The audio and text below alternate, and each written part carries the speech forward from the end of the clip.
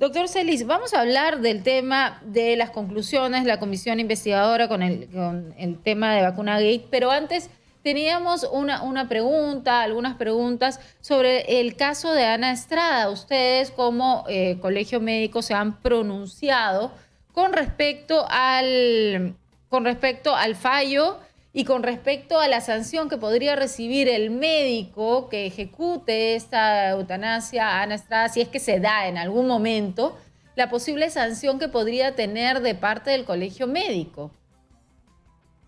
Sí, nosotros el día de ayer hicimos un llamado de atención en este sentido, ya que la sentencia del juez habla de la inaplicabilidad del artículo 112 del Código Penal, para que de esta manera quien realizara el acto final de la eutanasia en la señorita Ana Estrada no sea sancionado.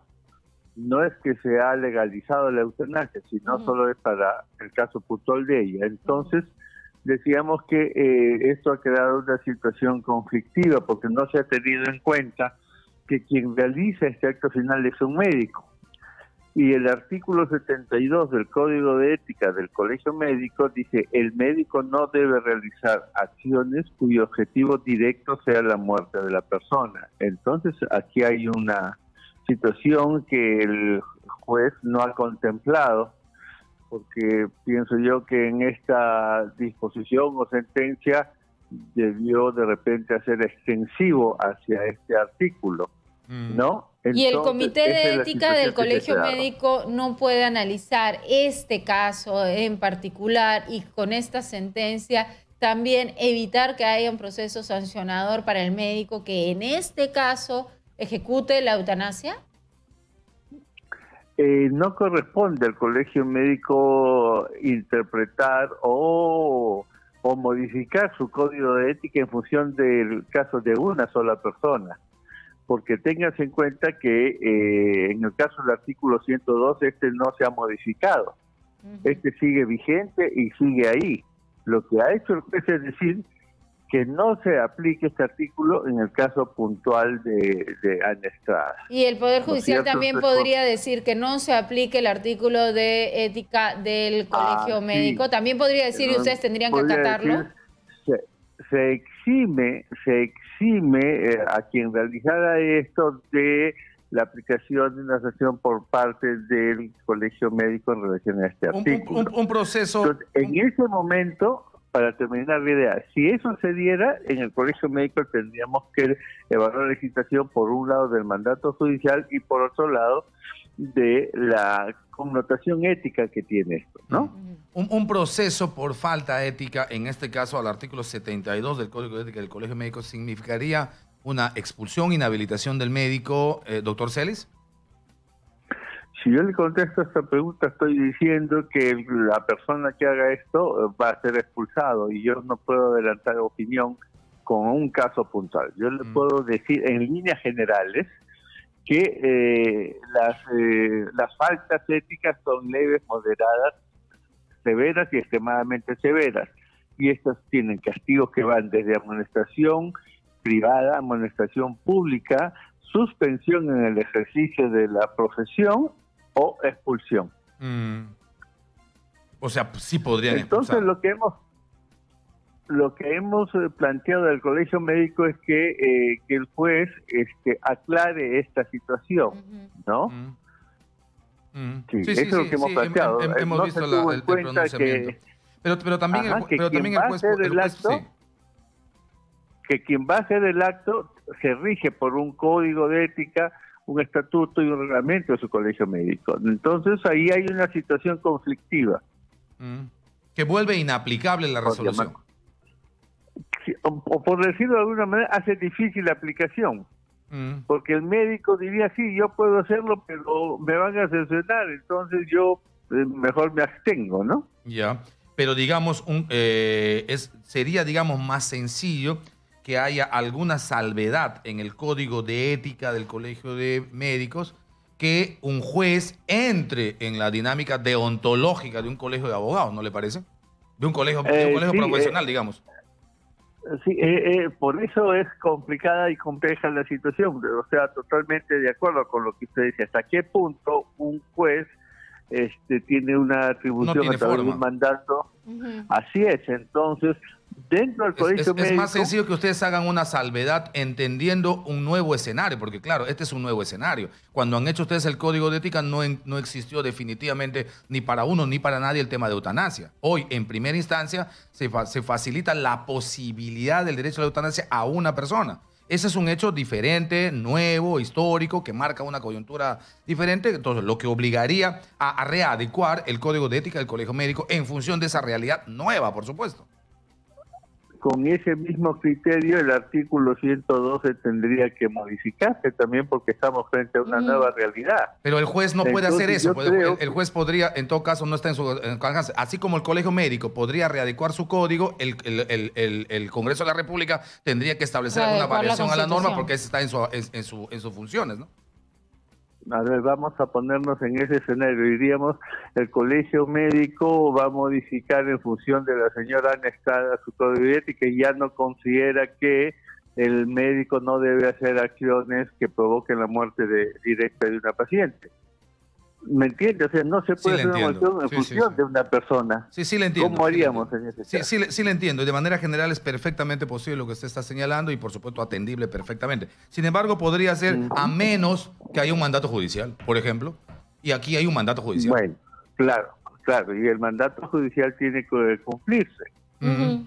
¿No? Por eso, a menos que haya un mandato judicial, por ejemplo, esa es una salvedad perfectamente establecida, o sea, el código de ética se sigue respetando, se sigue manteniendo la generalidad de que ningún galeno, ningún Claro. médico puede hacer acciones para quitar O sea, la vida a un paciente. no se puede hacer un cambio dentro del comité de ética del código de ética para hacer esa salvedad cuando hay un proceso judicial como este. Sí, eso es por un lado. Por otro lado, como le digo, de la misma manera que se pone, creo yo, no soy abogado, pero si se pone la inaplicabilidad del artículo 112 para este caso, se podría hacer extensivo y en ese momento, como bien dice Manuel, el colegio tendría que evaluar, oiga, el juez está ordenando que se exima de cualquier sanción en este caso puntual, entonces, bueno, tenemos que acatar y se queda reducido a este caso. Correcto. Claro, Correcto. ¿no? claro, Muy bien. esa es la idea. Doctor Alfredo Celis, presidente del Comité de Ética del Colegio Médico del Perú, vamos hablando sobre el informe presentado por la Comisión Carbone el día de ayer. De la información que usted tiene, ¿qué le parecen las conclusiones de este informe? Bueno, yo he escuchado las conclusiones que ha hecho el doctor Carbone en relación a que tenemos 115 médicos que están involucrados dentro de diversas formas en esta vacunación irregular a la cual todos hemos tenido conocimiento, ¿no? Entonces, de lo que se desprende es que se van a hacer las acciones correspondientes a cada entidad, la Fiscalía, el Ministerio, la Universidad. Por parte del Colegio Médico se ha iniciado un proceso indagatorio a los 115 médicos involucrados y a esto le sigue un proceso investigatorio y se determinará dentro de este proceso investigatorio por parte del Comité de Asuntos Contenciosos el grado de responsabilidad en relación a cada caso, porque hay diferentes grados de responsabilidad en función de los cargos que tenían las diferentes personas, ¿no? ¿Ustedes de alguna forma concuerdan con las conclusiones de esta investigación que los médicos que tienen mayor responsabilidad son los médicos que lideraban los ensayos clínicos? ¿Tanto en la Cayetano como en San Marcos? Yo creo que a ellos les cabía la responsabilidad de la utilización de estas vacunas que les fueron donadas para ser utilizadas en los que trabajaban en el ensayo clínico, ¿no es cierto? Y le dieron otro uso que fue más allá de este convenio, ¿no? ¿Qué tiempo se va a Entonces la responsabilidad inicial, por decirlo de alguna manera, empieza en ellos, porque si eran los custodios de la vacuna y dijeron, bueno, tengo esto y le paso la voz a fulano, sultano y mengano, entonces a ellos les cabe la responsabilidad inicial, por decirlo de alguna manera. Doctor Celis, usted habla de un proceso indagatorio y de un proceso investigatorio y establece que va a haber, me imagino, diferencias por nivel de grados y van a ver, entiendo, caso por caso. Son 115 médicos los que estarían aparentemente implicados o involucrados. ¿Qué tiempo les va a tomar eso? En promedio, el proceso indagatorio toma de 2 a 3 semanas. En este caso, ¿qué significa un proceso indagatorio? Es recabar información de un determinado hecho, cuando es de una sola persona, ¿no es cierto? Si amerita o no la denuncia, en este caso de oficio, pero acá las evidencias son obvias y entonces este proceso debe demorar 2 a 3 semanas. Inmediatamente se le comunique a los involucrados, el comité de ética va a decir, bueno, amerita que se haga un proceso investigatorio, inmediatamente pasa al comité de asuntos contenciosos, quien inicia. En promedio, un proceso demora entre 4 a 5 meses, finalmente, porque hay que citar al denunciado, que haga sus descargos, presente pruebas. Eso toma unos 4 o 5 meses. Ahora, siendo 115, la carga es muy alta, ¿no? Claro. Es enorme. Entonces, se ha sugerido al interior del colegio la posibilidad de crear una comisión o aumentar el número de miembros para que se viabilice esto más rápido. Obviamente que hay casos, yo digo, más fáciles de manejar, como aquel que, oye, a mí me dijeron que me ponga y me puse la vacuna, ¿no? Entonces tienes que evaluar ahí la falta ética.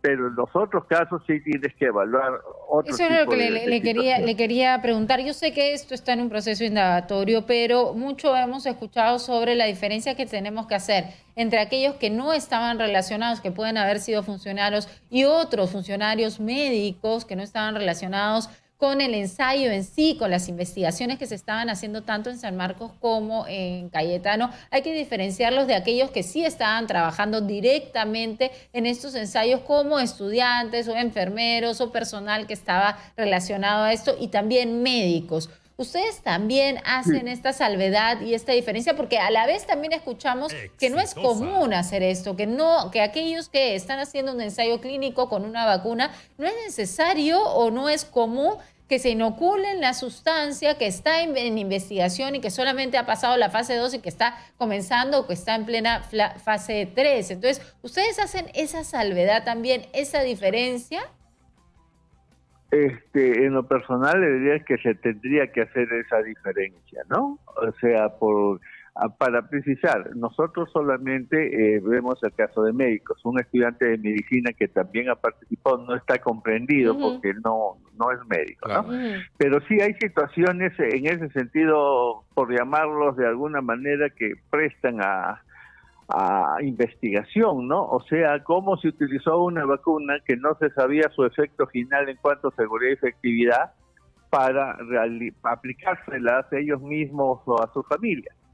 Yo suspicazmente diría, entonces ya se sabía que era eficaz y que era segura, si no, ¿cómo la aplica? Y si esto fuera así, ¿cómo hago un ensayo clínico de una vacuna que yo ya sé que es segura y efectiva? ¿Para qué lo hago?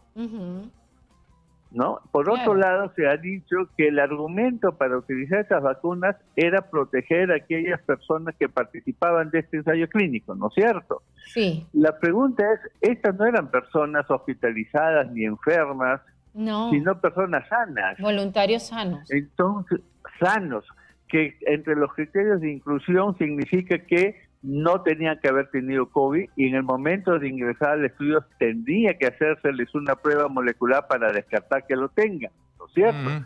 Por lo tanto, si son personas sanas, el riesgo de enfermarse y de infectarse es mínimo. Entonces, ese argumento de que para proteger a quienes participan, a mí me parece de alguna manera exitosa, un poco difícil de creer, ¿no? Entonces, o sea, ¿usted lo ve más como una excusa para haber traído estas vacunas? Sí, yo creo que, mira, hagan el ensayo clínico, acatan esta vacuna, entre comillas experimentales, pero por si acaso son seguras, son efectivas, ya lo hemos visto, y vamos a hacerlo, ¿no? Pienso yo que ese podría ser un argumento. Entonces, estando ahí las vacunas, que todavía no habían sido autorizadas para uso como vacunas, fueron usadas, y yo creo que ahí está el hecho irregular, ¿no? Porque incluso cuando se dice esas vacunas debieron ser usadas en los médicos de primera línea que más lo necesitaban, en realidad no debió usarse en nadie. En nadie, exacto, en nadie, es lo que dijimos. Porque estaba el proceso recién... Exacto. Y tendría que hacerse en todo caso un trabajo de excepcionalidad que tendría que haberse revisado en todos los entes, incluido por supuesto el Instituto Nacional de Salud, DIGEMIT, la propia universidad, la propia empresa china y como no las autoridades peruanas.